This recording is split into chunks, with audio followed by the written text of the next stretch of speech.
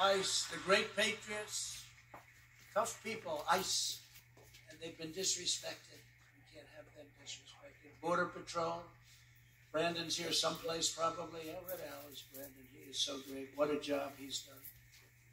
Yes, thank you. Thank you.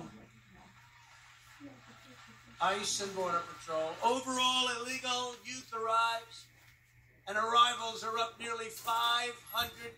Think of that. And they're being resettled in cities and towns all across the United States at taxpayers' expense. And the people in those cities and towns have no idea that they're coming. The taxpayers will also be forced to pay for relatives to be flown from Central America to join them. Did you ever hear of chain migration? You come in illegally and we'll also bring your mother, your father, your grandparents, your brothers, your sisters, your aunts, your uncles. Anybody else want to come in? Come on in. We had one on the West Side Highway. He was driving rapidly down the West Side Highway at a very excessive speed. New York City, Hudson River, beautiful new park. And he saw people working out, a big group of people, and he decided to make a right turn. And he killed many and he maimed many. People go out because they want to put themselves in shape, and they end up going back home missing a leg, missing a couple of arms, or dead. That's what happened. And he had the right to bring people in with him, his family, his mother and father, and his brother. And he had many that he brought in. We took very good care of him. But this administration doesn't do that. Many of these children, for the first time ever, it's a terrible thing is happening to them, are on suicide watch. They end up in a place that they have no idea where it is. No idea. Not the border. It's all, our whole country has become a border. Meanwhile, ICE removals are at the lowest level ever. And they are great people. They're patriots and they're tough. The agency has been functionally shut down. All of America is now one giant sanctuary city. We were fighting sanctuary cities and doing very well. They're meant for criminal aliens. That's what they're meant for. Under our administration, we sent a very different message to the coyotes, human traffickers, child smugglers, vicious criminal cartels, and savage MS-13 gang members. When I was president, illegal alien criminals knew that if they trespassed across our border, they would be caught, they would be detained, and they would be sent to jail, or we would send them the hell back to where they came from.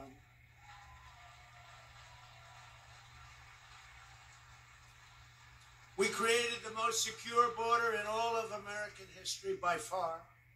Biden's border crisis is also helping drive an unprecedented crime wave. And you see the crime wave. Even without this, you see all in Democrat-run cities.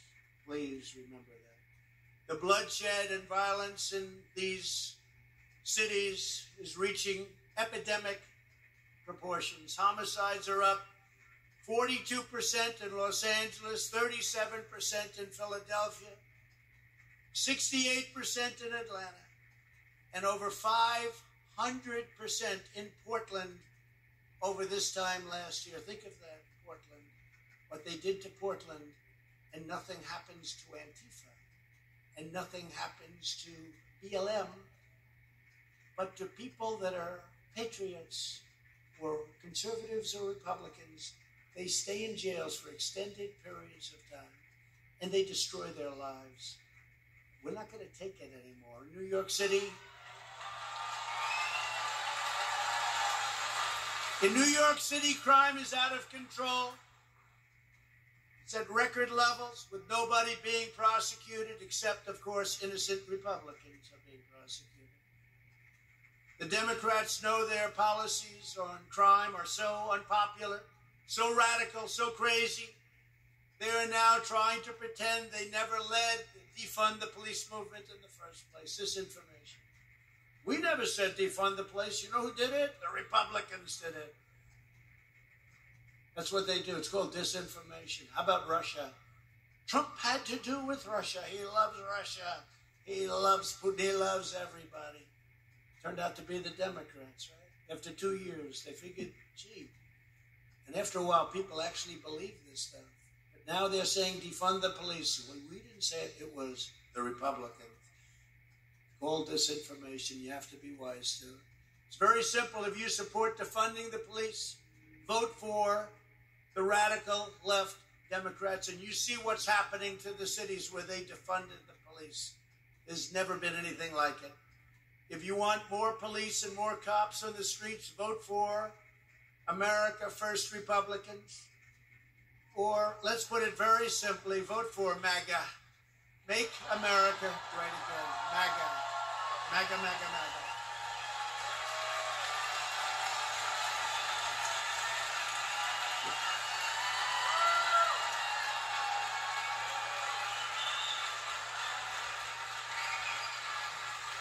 The same far-left Democrats who are defunding police are also leading an all-out crusade to strip you, the law-abiding citizens of America, of your God-given Second Amendment rights. I told you again, I told you, I told you. And I preserved that right 100%. And you think that was easy? It wasn't easy. There was so much pressure. There was so much pressure. Republicans must never waver in demanding that the right to keep and bear arms shall not be infringed.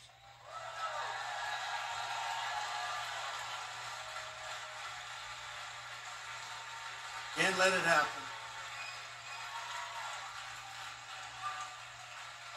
Thank you very much. But it's not only the Second Amendment that the leftists want to destroy. They are hard at work to abolish the First Amendment as well. Probably all amendments when you get right down to it. Why not? The radical left and big tech's attack on free speech is unlawful, it's unconstitutional, and it is completely un-American. To protect the constitutional rights and liberties of every citizen, this week I filed a major class action. A lot of people are joining me.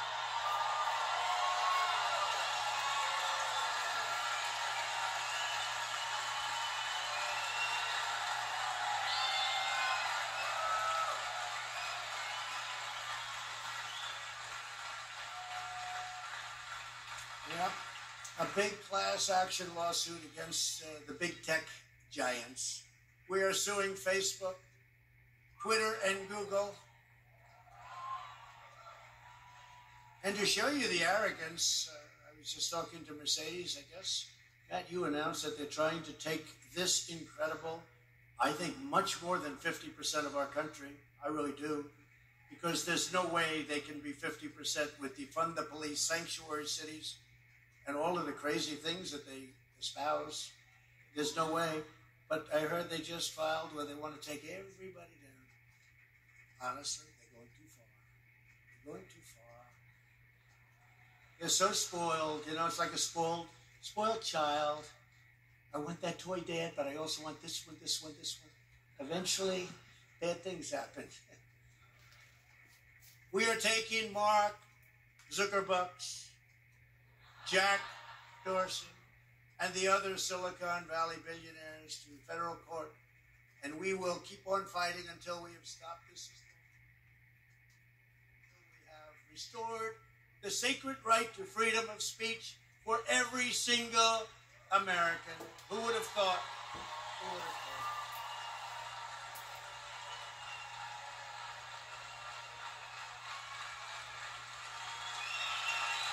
Who would have thought? Could anybody believe we're even talking about this subject 2 years ago, 3 years ago? Who would have believed it? In addition to their malicious attacks on free speech, these Silicon Valley tyrants are also attacking our democracy itself. The big tech election interference in 2020 was an outrageous assault upon our republic and upon the American voter. Terrible thing has happened to our country. We're being laughed at all over the world. Our election has been studied by other countries. They're not going to do it that way. Mark Zuckerberg alone spent $400 million on election meddling.